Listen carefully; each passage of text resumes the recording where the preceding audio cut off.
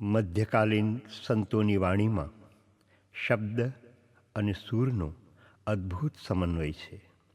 એટલે તો તેમને વાગ્ગેયકાર કહેવામાં આવે છે. કાવ્યમર્મજ્ઞ અને સંગીતજ્ઞને માટે તો તેઓ પ્રેરણારૂપ છે.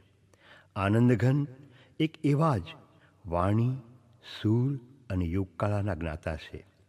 આનંદઘનના બેર બેર નહીં આવે, અવસર બેર બેર નહીં આવે માં મનુષ્ય જીવનની ક્ષણિકતા અને મહત્તા બંને દર્શાવવામાં આવી છે. ઇન્દુબેન શબ્દ પરના સ્વરભાર અને સૂરની પ્રવાહિતાને સારી રીતે પીછાણે છે. જીવનની ક્ષણભંગુરતાને અંતે આ પદમાં આનંદઘને દર્શાવેલા ગુણોનું જ્ઞાન આપણા હૃદયને ભરી દે છે.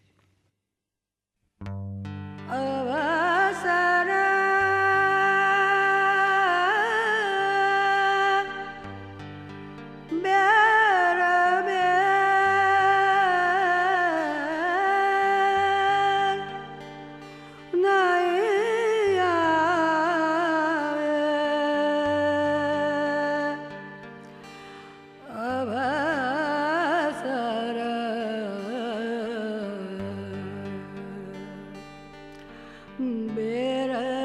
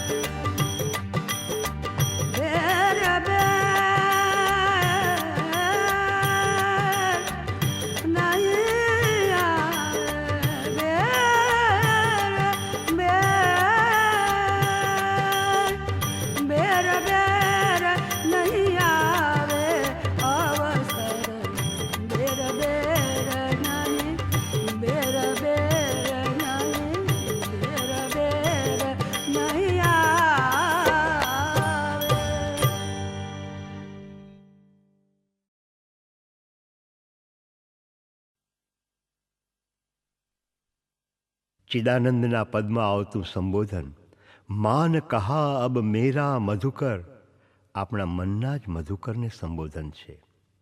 ભગવાન ઋષભદેવના ચરણકમળમાં આ મનરૂપી ભ્રમર લયલીન થઈ જાય તો એનું કાળના વહેણમાં તણાતું અંધ ભ્રમણ અટકી જાય અને તે નિત્યના આનંદ સરોવરમાં ખીલતા કમળમાં મગ્ન બની ગુંજારવ કરી ઉઠે.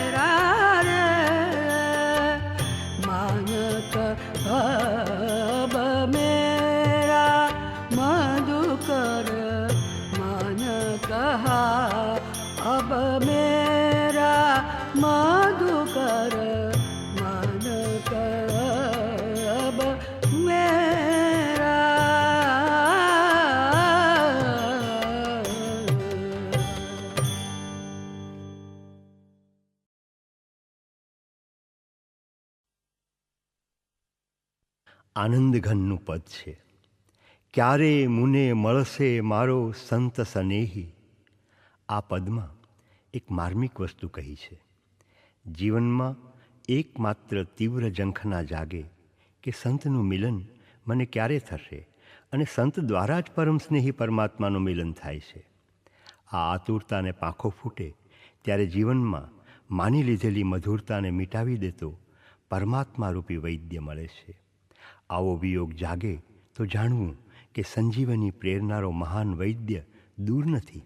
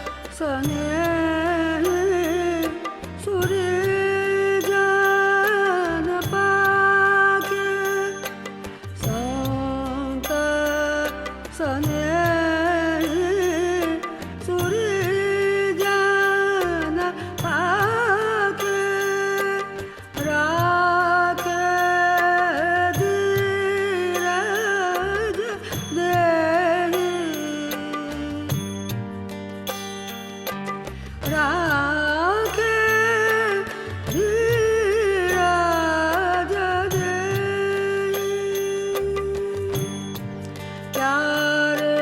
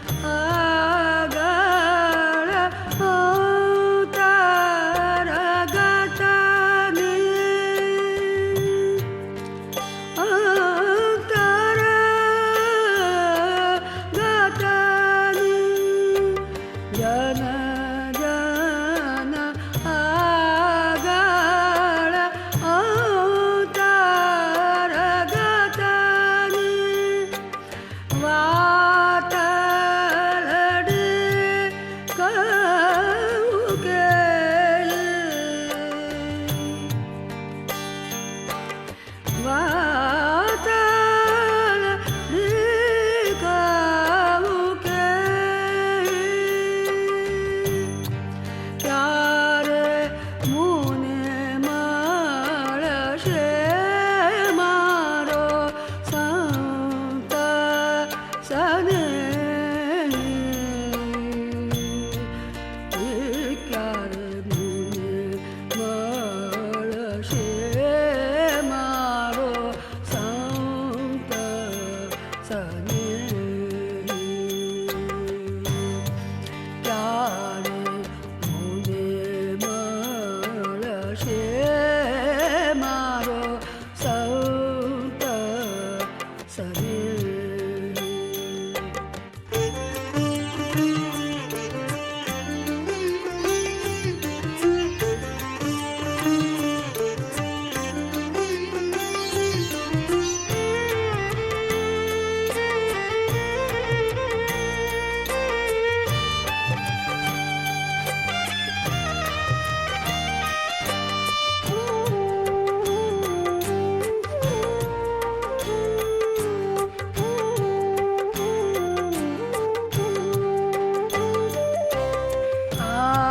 આનંદ ગણ પ્રભુ વૈદ્યાવ્યોગે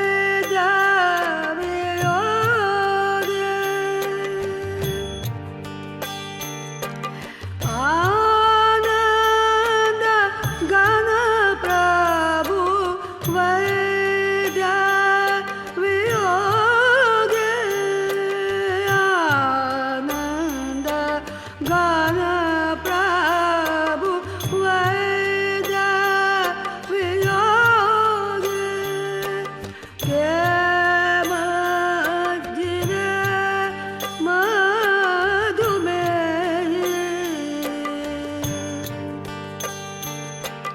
કેમ જીવે મધુમેહ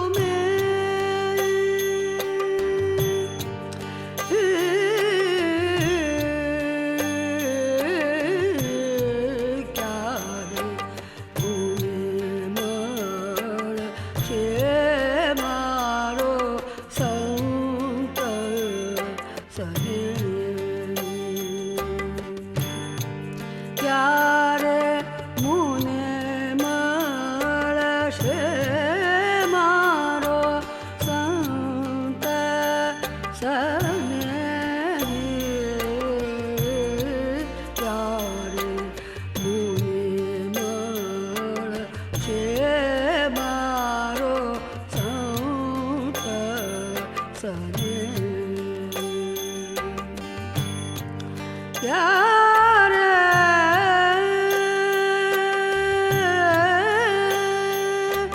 મને મળશે મારો સંત સને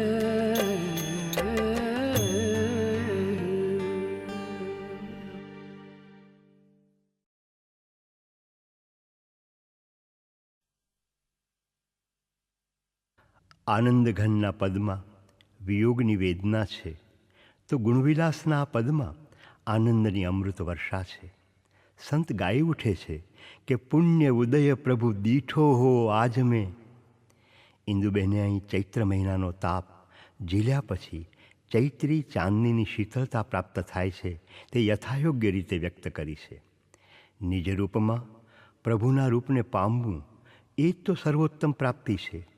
આપણે એ મીઠપને ઇન્દુબેનના સૂર દ્વારા અંતરમાં ઘૂંટીએ તો આનંદનો મજીઠી રંગ ખીલી ઉઠશે.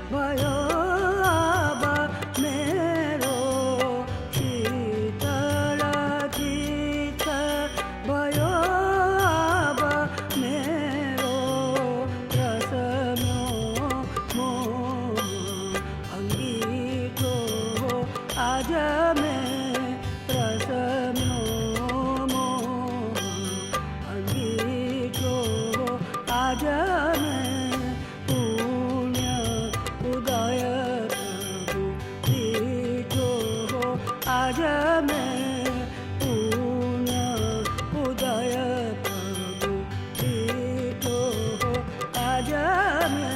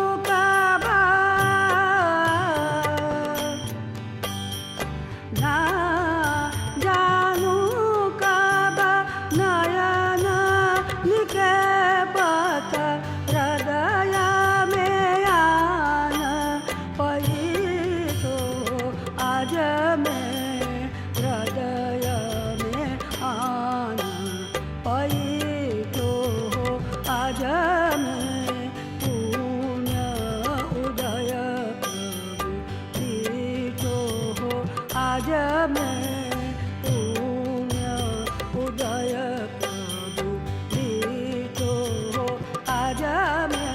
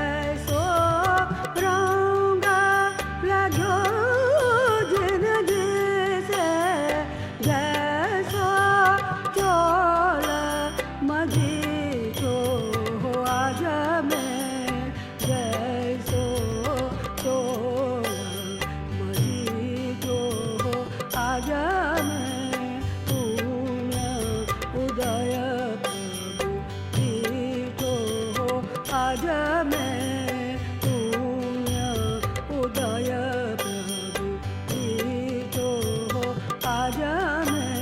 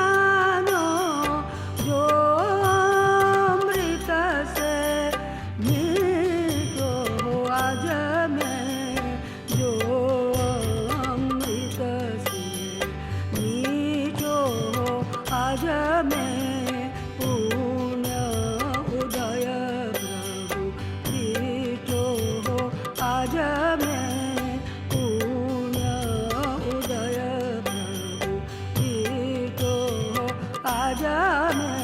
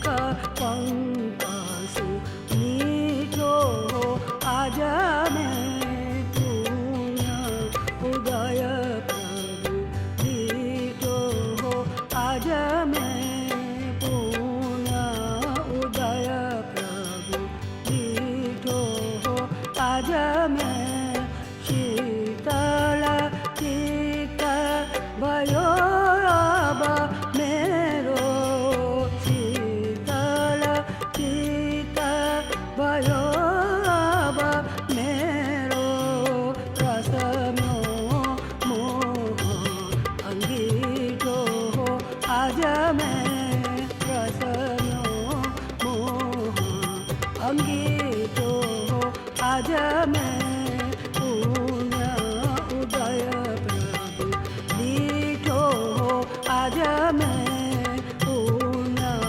उदय प्रभु पुण्य उदय प्रभु पुण्य उदय प्रभु दीठो आज मैं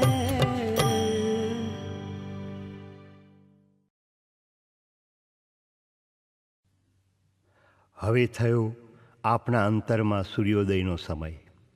પ્રભાતમાં ગુંજી ઉઠતા પંખીની જેમ સાહેબ નામનું ગુંજન કરવાનો સમય. એક ક્ષણ માટે પણ આ પ્રભુ સ્મરણ અને એના નામનું ગુંજન જાગી ઉઠે તો એની તોલે આવે એવું બીજું કોઈ સુખ નથી. જ્ઞાનાનંદનું પદ છે કે ભોર ભયો ઉઠ જાગ મનુવા સાહેબ નામ સંભારો. જ્ઞાનાનંદની વાણીમાં જ્ઞાનનો પ્રકાશ ઝળકી ઉઠે છે. એ સાથે જ આનંદનો મહાનિધિ છલકી ઉઠે છે.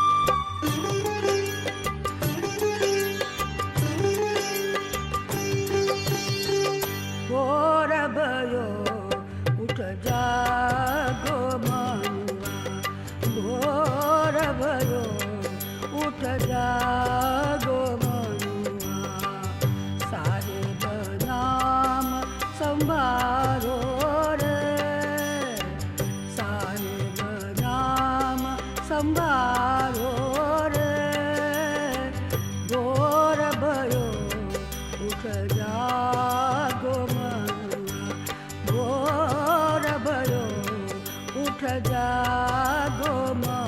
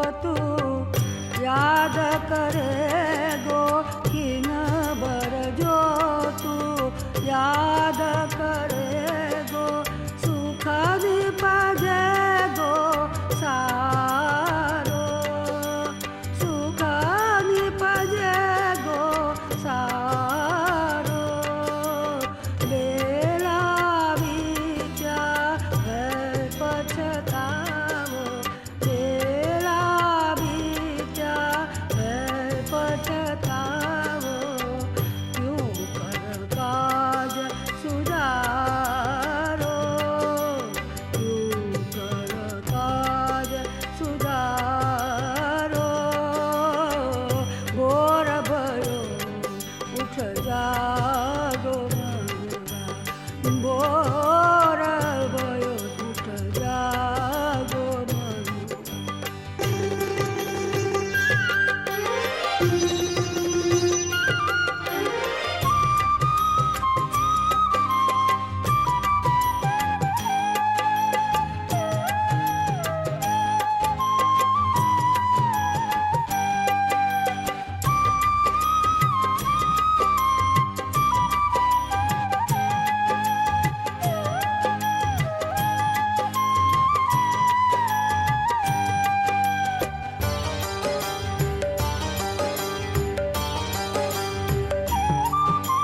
ઘરરા પારે દિવસ બિતાયો ઘરરા પારે દિવસ બિતાયો રાતે નીંદ ગમાયો રાતે નીંદ ગમાયો દિન વેલા નિધિ ચારિત્ર આદર દિન વેલા નિધિ ચારિત્ર આદર જ્ઞાનાનંદ રમાયો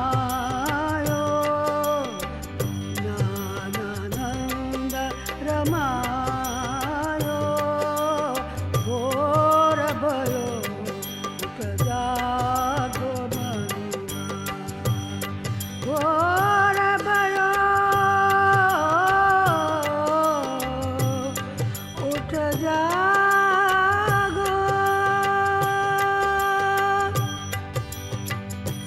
ઘોર ભયો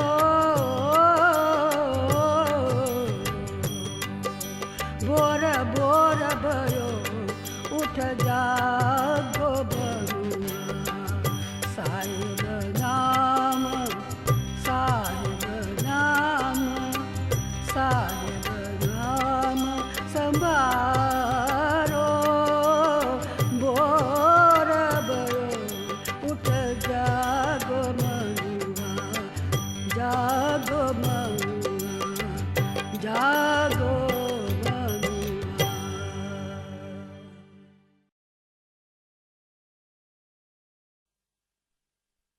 ચેતન અબ મોહી દર્શન દીજે યશો વિજયજીના આ વિખ્યાત પદમાં અનામી અરૂપી અને છતાં સર્વત્ર વિલસતા ચૈતન્યના દર્શનની ઉત્કંઠા છે ને સાથે જ આપણા અંતરમાં રમતા એ સંપૂર્ણ એકાકી સ્વરૂપની ઝાંખી થાય છે.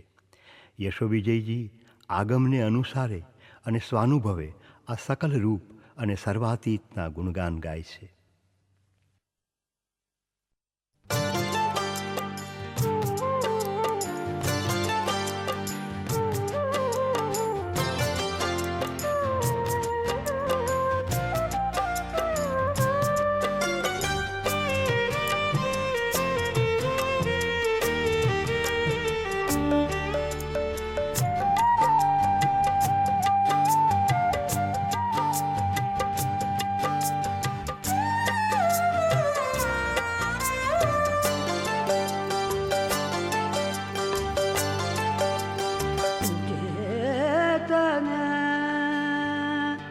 अब मोहि दर्शन दीजे चेतन अब मोहि दर्शन दीजे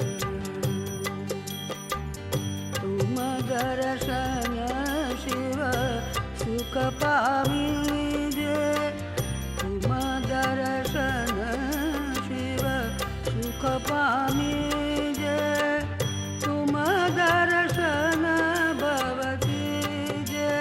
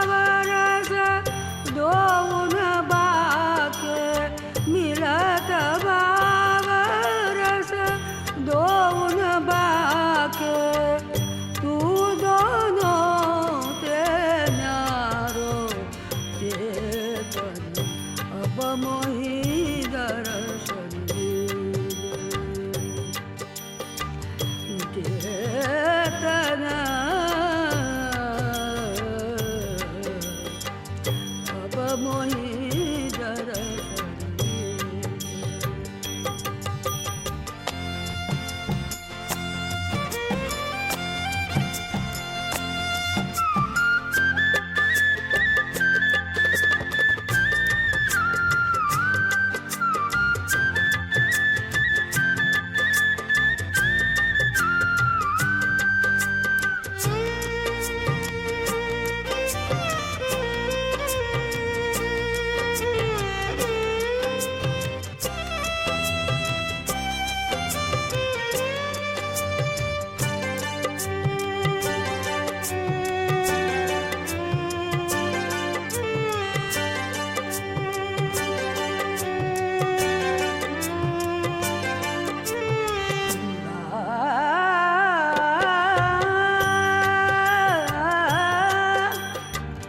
सब में है और सब में नहीं, सब में है और सब में नहीं, पूरन रूप अकेलो,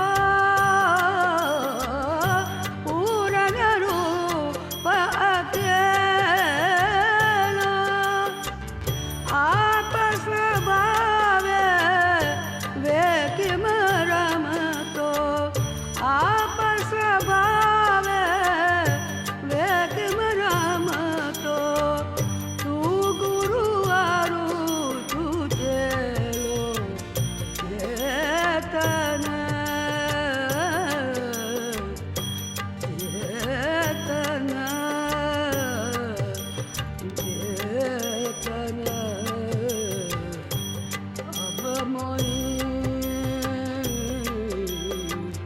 अब मोहि दर्शन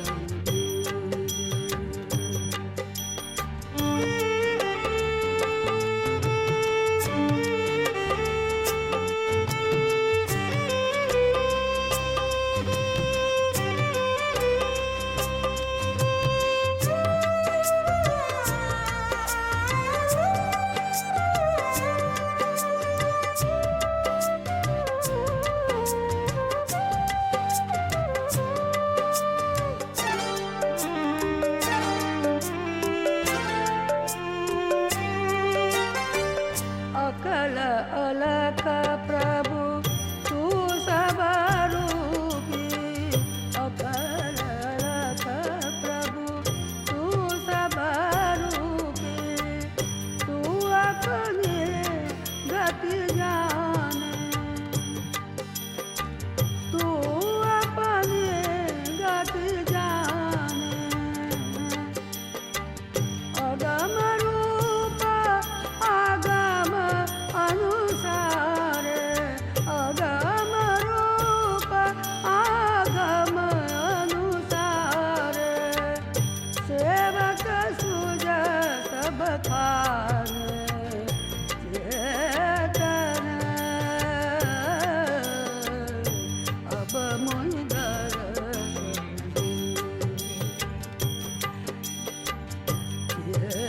चेतन, चेतन, चेतन, चेतन, अब मोहि दर्शन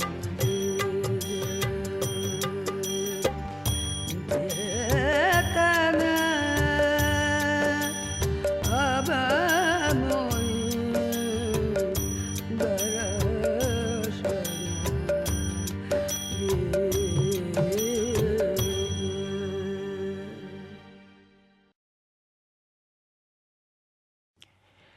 યશો વિજયજીએ દર્શનની તીવ્ર ઝંખના, પરમ ચેતનના દર્શનની તીવ્ર ઝંખના અને તેનો મહિમા ગાયા પછી આપણે એક એવા પદનો આસ્વાદ લઈએ છીએ કે જેમાં જીનેશ્વરના ચરણે પરમ શરણાગતિની ભાવના છે. એક અદ્વિતીય અને સર્વોત્તમ ચૈતન્યની ઝાંખી પ્રાપ્તિ થાય છે ત્યારે એની પાસે આ વિશ્વની સમગ્ર સમૃદ્ધિ તુચ્છ બની જાય છે. જ્યારે તેનું સ્મરણ અહોનિશ અજપા જાપ રૂપે અનાયાસ થયા કરે છે ત્યારે યશોવિજયજી કહે છે તેમ ભવનું દુઃખ લેશ માત્ર રહેતું નથી. સર્વ સાધનાની ગતિનું અંતિમ સ્થાન છે ગતિની ગતિ શરણાગતિ. યશોવિજયજીએ આ પદમાં એનો મહિમા ઉત્ફુલ્લ કંઠે ગાયો છે.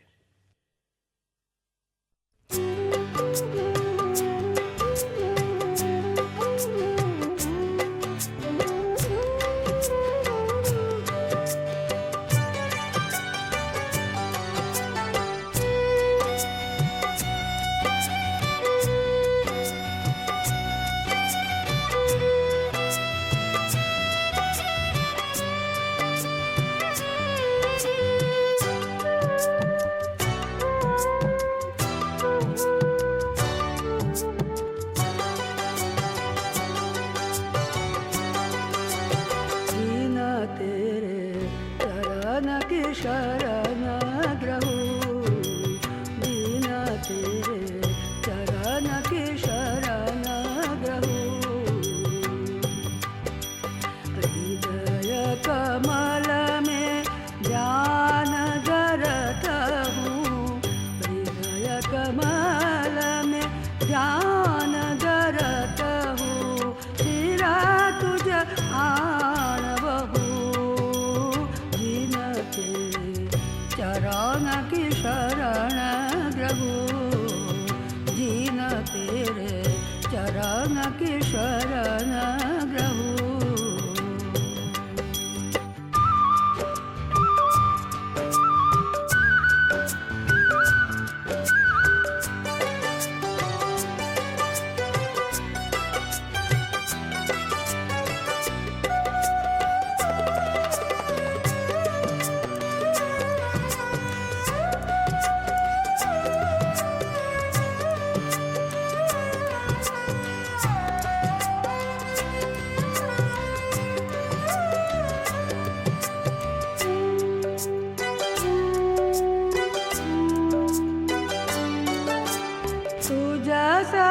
शोध्यो देव कलक में तुझा सम शोध्यो देव कलक में देखो ना कबहू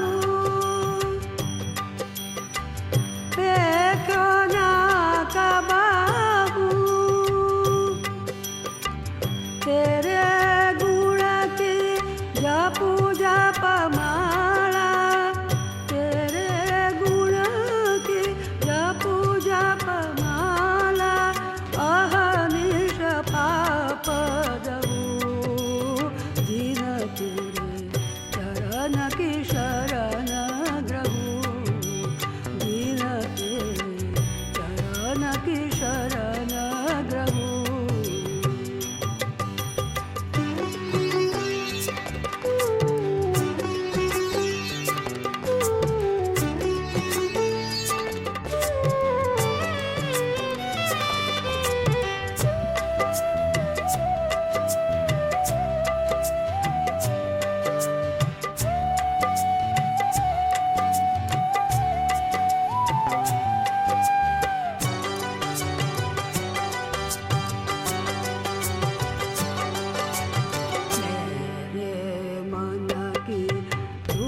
सब जानो मेरे मन की तुम सब जानो क्या मुख बहुत कहूँ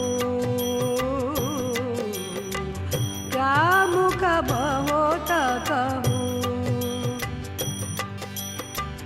कहे जैसा जाया करो तुम साहेब कहे जैसा जाया करो तुम साहेब यूं भव दुख न लहू दीन तेरे चरण की शरण ग्रहू दीन दीन तेरे चरण की शरण ग्रहू हृदय कमल में ध्यान धरत हूँ हृदय कमल में ध्यान धरत हूँ शिरा तुझ आन बहू दीन तेरे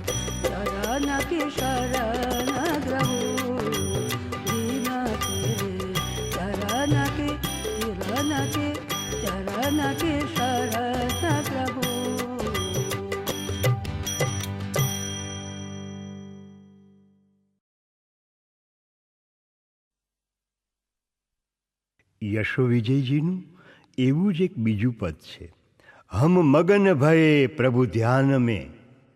આપણે અહીં ઇન્દુબેનના સ્વરમાં આનંદમગ્ન બનીએ છીએ. એ જાણે કે યશો વિજયજીના અશ્રુત સ્વરનો આનંદ પણ પામીએ છીએ. જેમણે આ પ્રભુ ધ્યાનનો આનંદ માણ્યો છે તેઓ કોઈની સમક્ષ એ વ્યક્ત કરતા નથી, કારણ કે કાનથી શ્રવણ કરવાનું નહીં પણ પ્રાણથી શ્રવણ કરવાનો વિષય છે.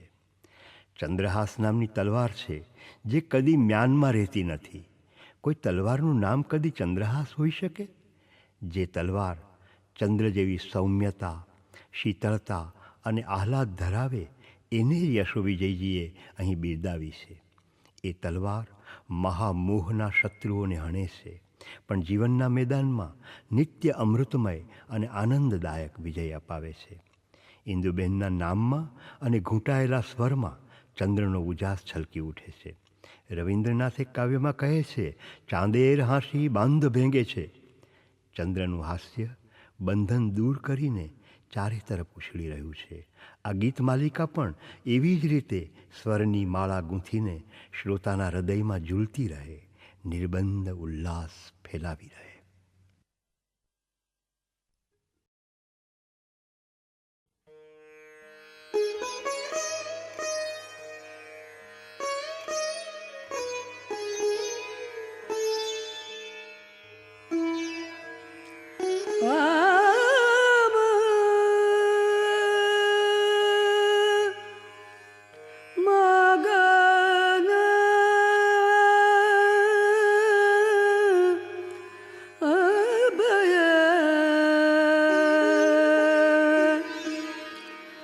प्रभु ध्यान में हम मगन भये प्रभु ध्यान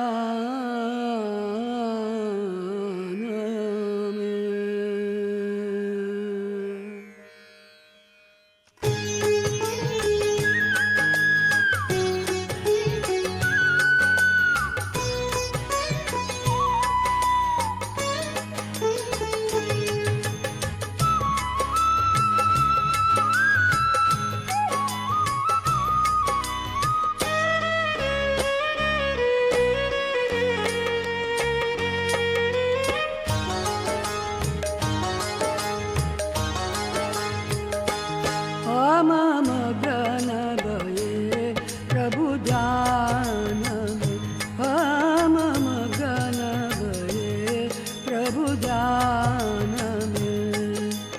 बिसर गई दुविधा तन मन की, बिसर गई दुविधा तन मन की. अतिरा सुत गुण गान में चिदानंद की मौज मची है, चिदानंद की मौज मची है. समता रस के पान में हम मगन भये, हम मगन भये प्रभु ध्यान में.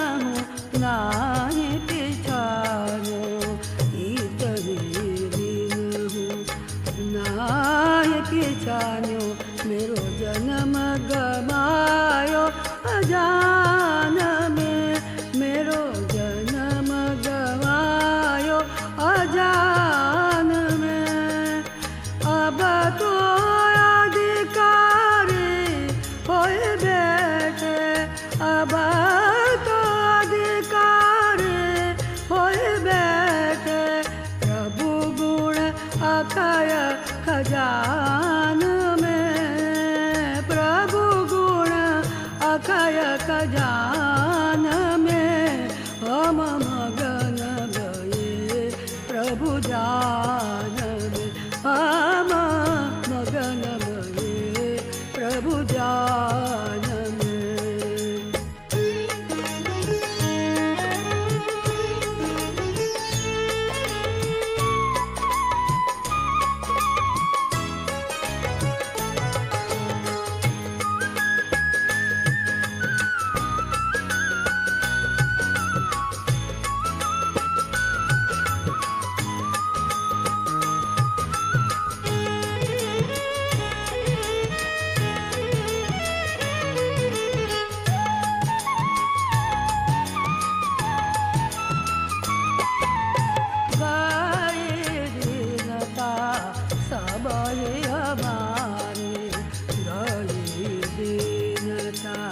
सब ही हमारे प्रभु तुझ समकित दान में प्रभु तुझ समकित दान में प्रभु गुण अनुभव के रस आगे प्रभु गुण अनुभव के रस आगे आवत नहीं को मान में आवत नहीं को मान में हम मगन गए प्रभु जान में हम मगन गए प्रभु जान में।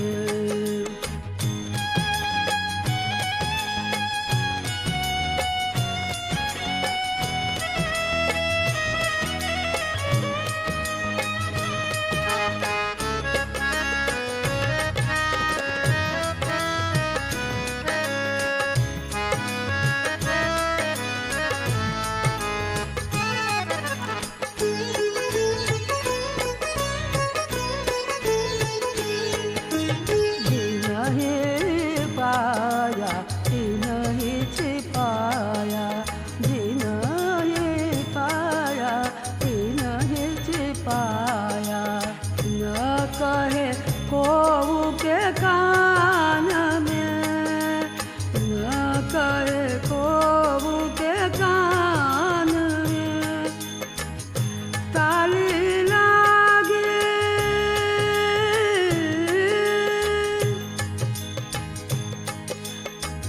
ताली लागे जब अनुभव के ताली जब अनुभव की तब जाने को शान में तब जाने को शान में हम मगन गए प्रभु जान में हम मगन गए प्रभु जान में।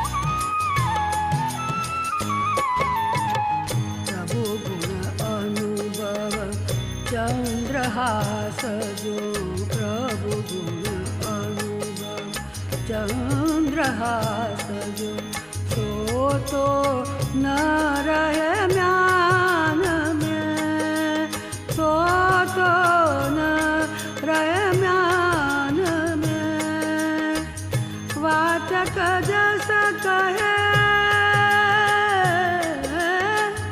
वाचक जस कहे मोह महायारी वाचक जस कहे वाचक जस कहे मोह महारी जीत लियो है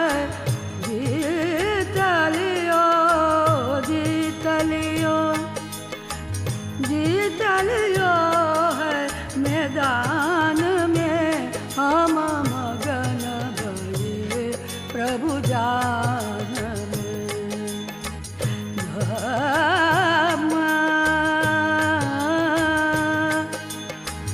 हम मगन भये प्रभु ध्यान में